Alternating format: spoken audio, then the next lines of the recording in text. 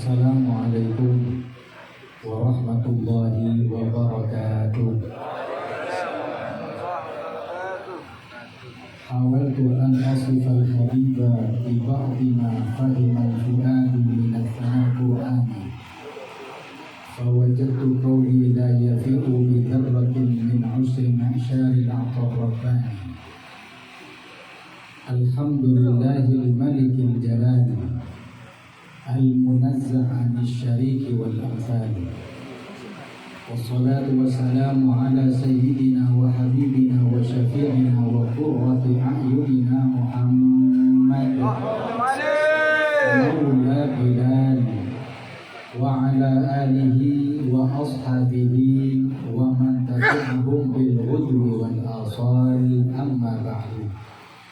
Subhanaka la ilma lana illa ma 'allamtana innaka antal alimul hakim. Bishrah li sadri wa yassir li amri wa hlul 'uqdatam min lisani yafqahu qawli. Amin ya rabbal alamin. Alhamdulillah, kita panjatkan puji syukur kita kehadirat Allah atas berbagai karunia, nikmatnya majelis bersolawat, basah lisan kita memuji makhluk yang mulia Nabi Muhammad SAW. Majlis yang luar biasa, majlis khusyuk, sebagaimana Al-Habib Ali beliau mengatakan, wa bi'alfi dzikrihi taqayyabatil majalis wal mahafil. Karena sebab penyebutan yang mulia Nabi Muhammad SAW, maka majlis ini menjadi harum, nama kita menjadi harum di hadapan Allah, makom kita diangkat oleh Allah Subhanahu wa taala berkat memuji Nabi Muhammad SAW.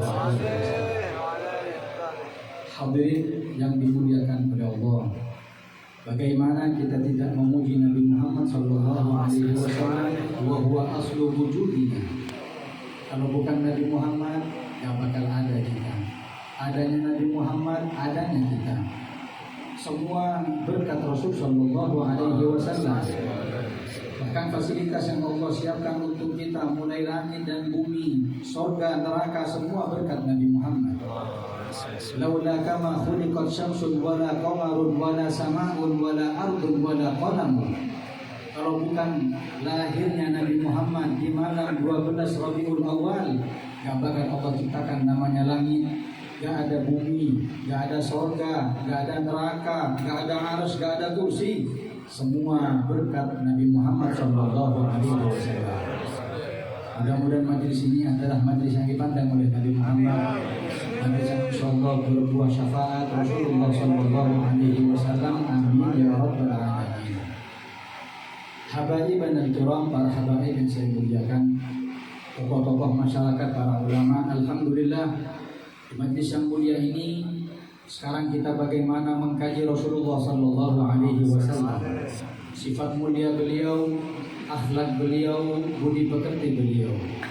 Sampai-sampai Al-Habib Ali bin Muhammad bin Husain Al-Habsyi dalam Maulid Sintul Juror, beliau sedikit mencuplik bagaimana sifat Nabi Muhammad, menukil daripada kalam Al-Imam Al-Busiri dalam Hamziahnya.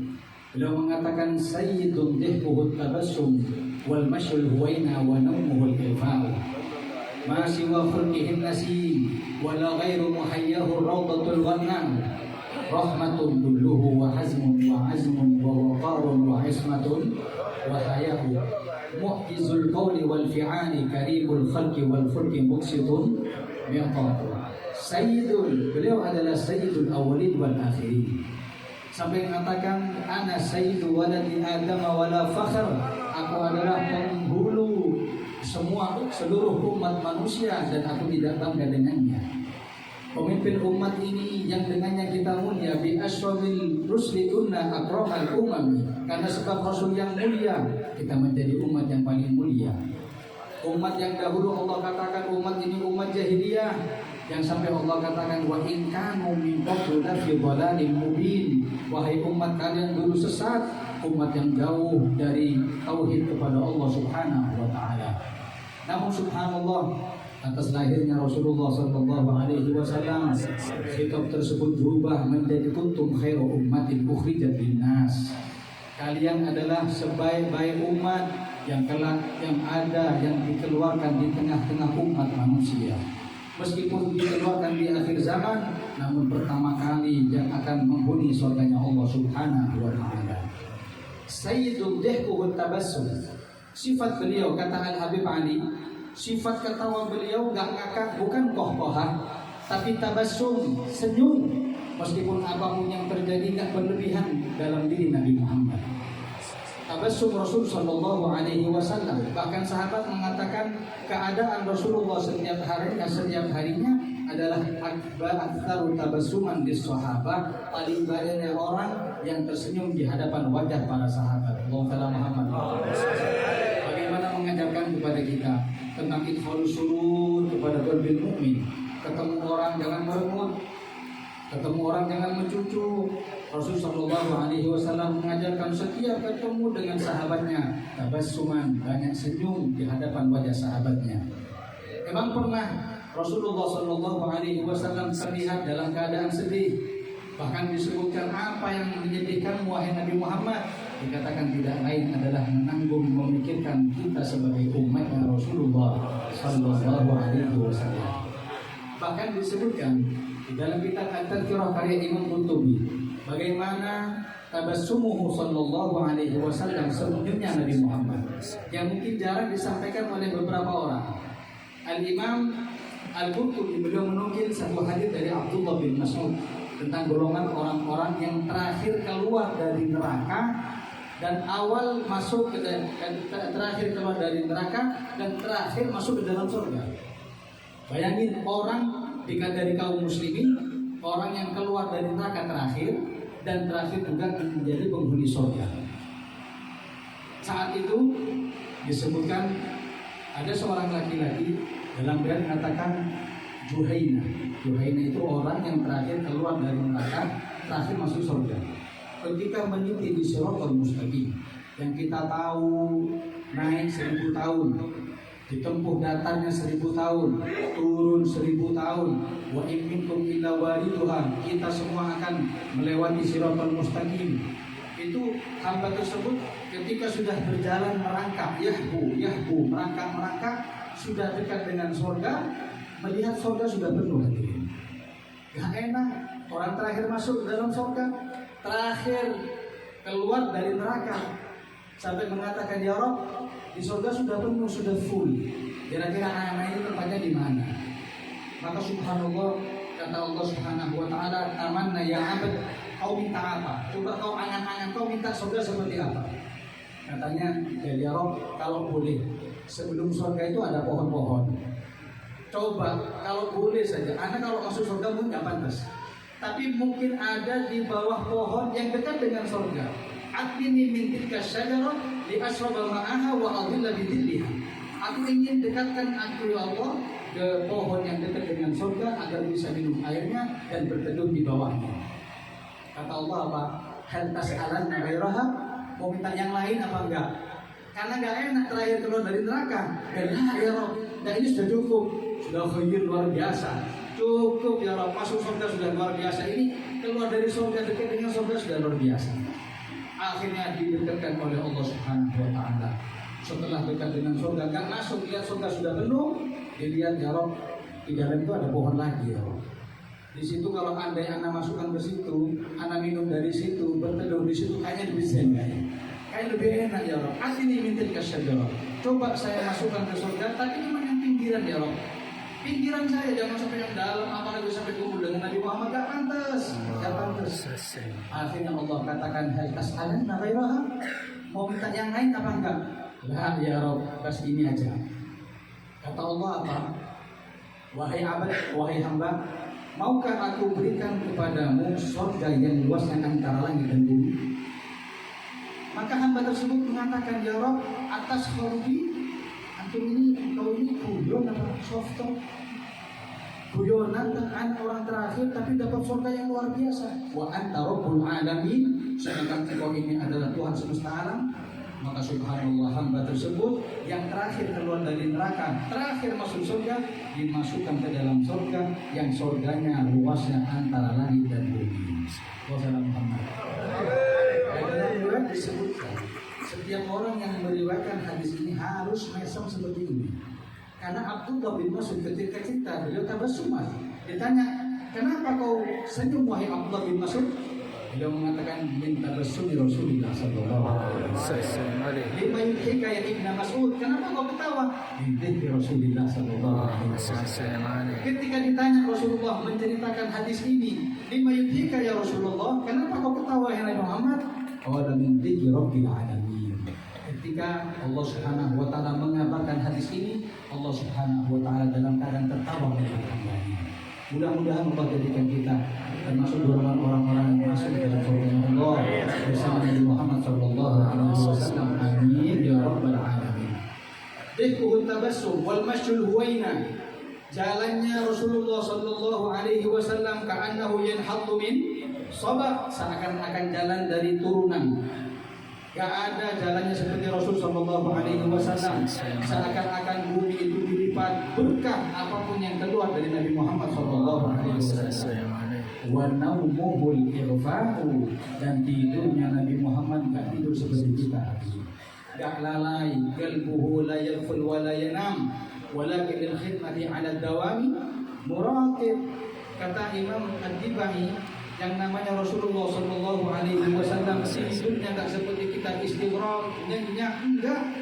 Tidurnya Nabi Muhammad tanamu ain wa la tanamu qalbi. Memang mata ini merem, tapi subhanallah hati enggak pernah lalai kepada Allah Subhanahu wa taala. Masih wa khulqihin nasim, enggak ada akhlak yang seperti Nabi Muhammad. Enggak ada cara tutur kata seperti Nabi Muhammad. Enggak pernah berbicara kotor. Bahkan untuk mengungkapkan sesuatu yang perlu diungkapkan, yang itu mungkin kata-kata vulgar, Nabi memilih kata-kata yang baik, dan itu sudah menjadi faham kepada umatnya. Coba tanya kepada ustaz-ustaz, di kitab fikih itu disebutkan bagaimana Nabi menggambarkan orang wajib mandi. Apa kata Nabi? Idzal taqal khitanani faqad wajabal ghusl. Kalau sudah ketemu dua yang dikhitan, wajib mandi. Yakin semua paham. Yang dihitan mana sudah paham, gak perlu diperjelas. Dalam hadis yang lain disebutkan, apabila dua paha bergerak-gerak maka sudah wajib mandi. Kita sudah paham, gak perlu diperjelas. Maka dari itu ulama mengatakan gak pantas banget, gak pantas seorang dai menyampaikan sirah Nabi Muhammad dengan kata-kata yang keluar dari jalannya Nabi Muhammad. Ceramah dengan bahasa vulgar, ceramah dengan porno, kau khianat dengan panggungnya Nabi Muhammad. Kau pakai panggungnya Nabi Muhammad, kau pakai majlisnya Nabi Muhammad, bajumu seakan-akan bajunya Nabi Muhammad, tapi lisanmu gak sama dengan lisannya Nabi Muhammad. Sampai Rasul sallallahu alaihi wasallam dalam kitab sirah disebutkan bagaimana mengisahkan seorang wanita yang saat itu bertanya tentang haid tadi. Ada seorang sahabat wanita, orang Ansor namanya Zainab binti Syakal. Zainab binti Syakal ini orang polos, tanya sama Nabi, ya Rasulullah, kapan seorang wanita itu boleh sholat setelah dari haid atau menstruasi? Apa jawab Nabi? Dengan bahasa lembut beliau mengatakan, ambil kapas, taruh di tempat yang keluar darah. Kalau nggak dapat darah, maka suci, maka boleh sholat. Zainab binti Syakal tanya, ya Rasulullah, mau taruh di mana? Tempat keluarnya darah nggak tahu di mana. Nabi ngulangi, ambil kapas, taruh di tempat keluarnya darah, nggak dapat darah berarti suci, boleh sholat. Tanya lagi Zainab, taruh di mana wahai Nabi Muhammad?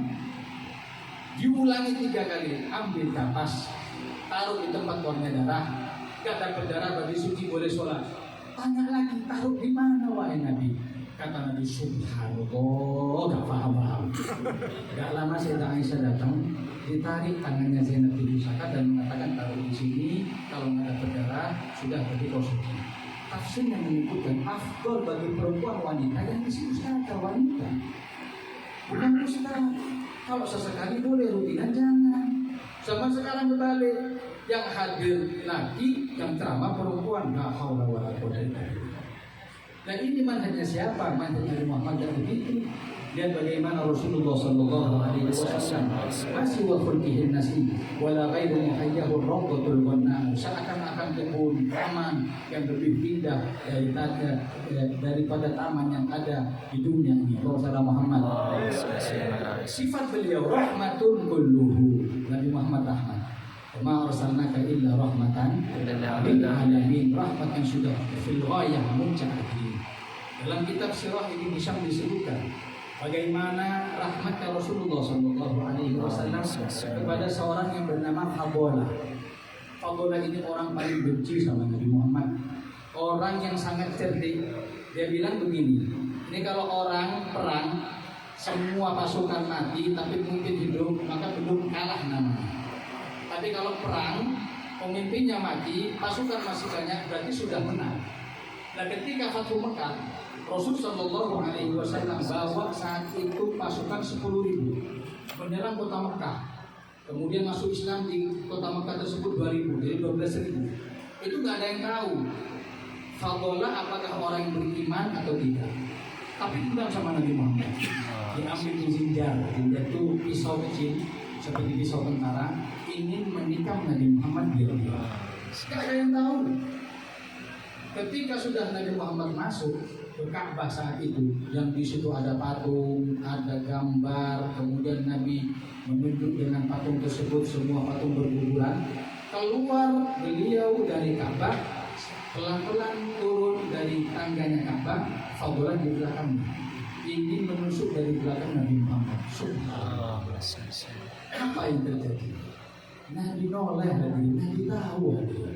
Ketika sudah mau dicucuk, mau ditusuk gitu, Nabi noleh, bukan cuma tahu, tapi Nabi tahu siapa namanya. Apa katanya? Afadhalah.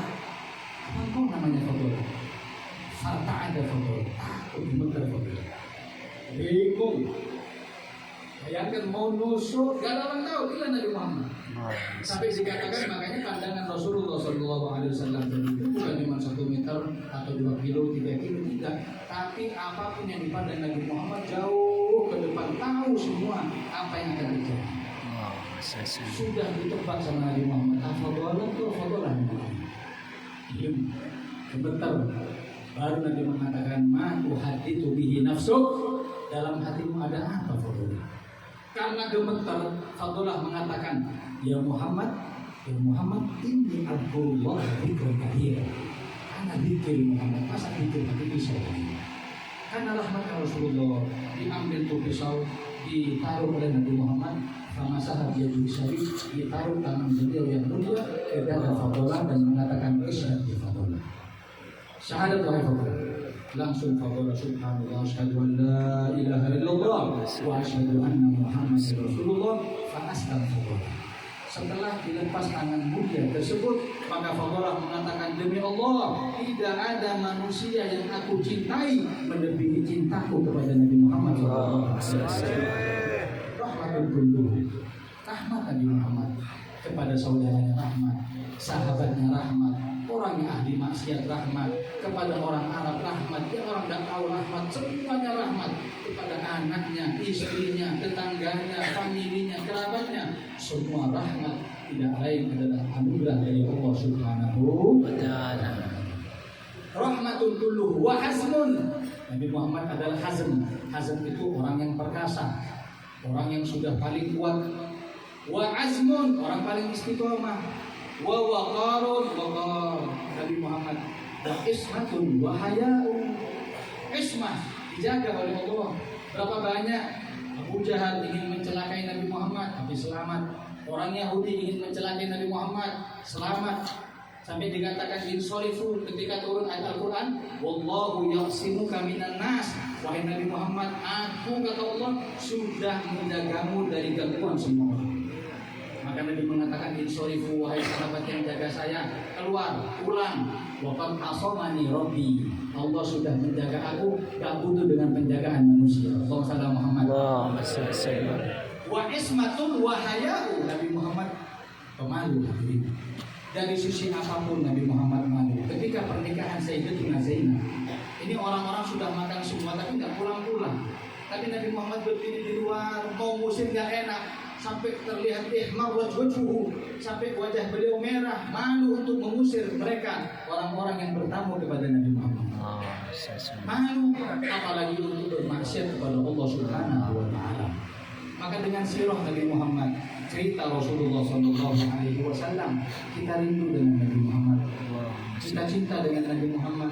bulan Maulid berlalu, bertambah insya Allah kecintaan kita kepada Rasulullah SAW. Hadirin yang dimuliakan oleh Allah Subhanahu wa Ta'ala. Kalau kita melihat bagaimana kita hadir setiap saat bulan Maulid dengan sholawat, kita hadir perayaan-perayaan, ihtifalat, munasabat, tentunya harus ada hasil dari majlis-majlis tersebut. Bukan cuma hadir Maulid, pulang gak ada perubahan. Hadir perayaan, pulang gak ada perubahan. Mana akhlak Nabi Muhammad? Mana hadis Nabi Muhammad? Mana maslak Rasulullah SAW? Makanya setiap orang ketika hadir pengajian Maulid Rasul Muhammad, diceritakan Rasulullah hendaknya bisa mengikuti perangai Nabi Muhammad SAW. Al-Imam Qawmi'iyah, beliau dalam kitabnya Asy-Syifa mengatakan, selain kita mengatakan cinta kepada Rasulullah, maka tanda cinta tersebut ada 4 hal. Yang pertama, ittiba'un Nabi Muhammad, ikuti Rasulullah, ikuti syariat Islam, jaga sholat 5 waktu, puasa di bulan Ramadan, keluarkan zakatnya, berangkat haji bagi yang mampu, jauhi namanya perzinahan, jauhi namanya maisir, judi, jauh semuanya. Apapun, wa ma atakumur rasulu fakhuduhu wa ma nahakum anhu fantahu. Yang datang dari Nabi Muhammad perintah laksanakan. Tapi yang sudah dilarang Nabi Muhammad jangan ditawar, dijauhi. Agar apa? Agar menunjukkan bagaimana cintanya kita kepada beliau Nabi Muhammad SAW. Yang kedua, termasuk daripada cinta kepada Rasulullah SAW, kata beliau adalah hubbul Quran, cinta kepada Al-Quran. Wa ayatu hubbi Rasulillahi hubbul Quran. Tanda kita cinta kepada Nabi Muhammad adalah cinta kepada Al-Quran. Khudhu nasibakum minal Quran, ambil bagian kita daripada Al-Quran. Makanya kadang sangat miris sekali zaman sekarang kalau untuk lihat HP kuat hadirin, baca Al-Quran 5 menit nggak kuat. Bayangin sudah Allah panjangkan umurnya masuk bulan Ramadan, tetap nggak baca Al-Quran, khatam sekali aja nggak ada, nggak sempat. Sampai diancam oleh Allah dalam Al-Quran. Bagaimana orang-orang yang sudah dipanjangkan umurnya dihadapkan ke majlis khotamat Al-Quran, dihadirkan di situ TPQ, bahkan tahfidzul Quran, cuma nggak ngambil bagian dari Al-Quran, maka Allah ancam, wa man a'rada an dzikri, barang siapa yang keluar dari penyebutanku. Dzikri di sini Syekh Muhammad bin Ali Al-Maliki mengatakan al-dzikri Al-Quran, fa inna lahu ma'isyatan dhanka, maka hidupnya akan sempit. Yang lebih takut, wa nahsyuruhu yaumal qiyamati a'ma, akan dibangkitkan dalam keadaan buta matanya. Tanya, ya Rabb, lima hasyartani a'ma wa qad kuntu basira. Ya Rabb, kenapa kau butakan saya? Dahulu saya orang normal, orang bisa melihat. Apa kata Allah? Kadzalika atatka ayatuna fanasitaha. Kan sudah anak kasih Al-Quran, tidak ambil. Kan sudah anak panjangkan umurnya masuk bulan Ramadan, tidak khatam di situ. Kan sudah ada majalis Al-Quran, TPQ, tahfidzul Quran, kau cuek dengannya. Terutama ma'asyar Alawi, kita sebagai Alawi, kita yang mana disebutkan oleh Imamul Haddad, wa ma'al Qur'ani fi qarni, bersama Al-Quran senantiasa hingga bertemu Nabi Muhammad bersama-sama Al-Quran. Maka Alawi sangat miris kalau nggak bisa ngaji Al-Quran. Bagaimana ngaku Alawi sedangkan Al-Quran turun kepada datuk mereka? Bagaimana mengatakan anak Alawi, anak fulan ibn fulan, anak al fulan, tapi tak tahu bagaimana Al-Quran. Sayyidina Ali bin Abi Thalib ditanya, wahai Sayyidina Ali, apa yang membedakan kami denganmu? Kata Sayyidina Ali, nggak ada, kecuali satu hal. Apa? Kami dilebihkan pemahaman tentang Al-Quran. Bukan cuma nggak bisa ngaji, tapi pemahaman lebih hadirin. Maka dari itu ketukan buat kita, cambukan buat kita. Habaib, Sayyid, Syarif gak bisa ngaji, alhamdulillah. Coba lihat bagaimana ajdad. Kita baca kitab-kitab sirah, Manhajus Sawi diterangkan bagaimana Al-Imam Abdurrahman Segaf 4 kali khatmat bil lail, khatmat bin nahar, malam 4 kali khatam, siang 4 kali khatam. Fulan bin fulan, semua para salafus saleh semua tidak lepas daripada Al-Quran. Bahkan kalau kita mau bangga dengan nasab kita, harusnya sama dengan perbuatan mereka. Dikatakan lasna Wa in asabuna karumat yauman alal asabi nataki. Bukan kami, bukan habaib. Kalau nggak bisa ngikuti jejak para salafus saleh, kalau nggak bisa ngikuti ibadah seperti ibadah mereka, tapi kama kanat awailuna, kami membangun sebagaimana para leluhur kami. Nabda'u wa naf'alu mithla ma fa'alu, dan kami mengerjakan sebagaimana yang mereka kerjakan.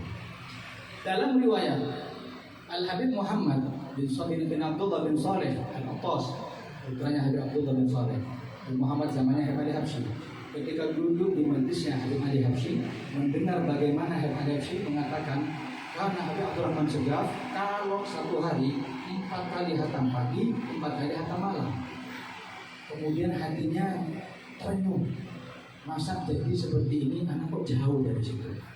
Akhirnya usaha bagaimana sama dengan Habib Abdurrahman Segaf, mulai mujahadah, mulai ngaji Quran, mulai ngaji, sampai akhirnya subhanallah satu hari bisa hatam 1 kali.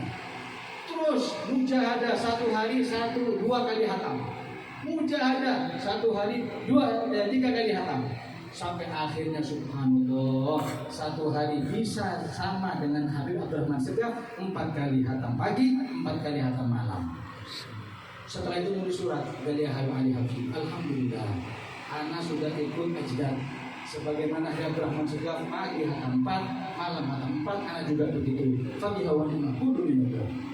Setelah itu gak lama Habib Muhammad bin Abdullah Al-Attas besoknya itu diundang walimah oleh beberapa habaib. Walimah yang ditempuh jaraknya dari rumah beliau sekitar 4 jam. Harusnya berangkat itu pada subuh, karena sekitar jam 10. Kalau riwayat dalam kitab tersebut disebutkan Taqdir al-Anfas, beliau ini sudah berangkat, cuma nggak datang. Jam 10 ditunggu nggak datang. Subhanallah dijemput. Ketika dijemput, beliau ternyata menaiki baglah kendaraan, sudah keluar dari rumahnya sekitar jarak 10 meter, tapi duduk di atas baglah keledai dalam keadaan matanya merem, tapi baglah nggak jalan. Tapi mulutnya kami dibanguni, gebet. Antum ini nggak jarang mulai tadi, baru mulai itu merasa antum baca apa?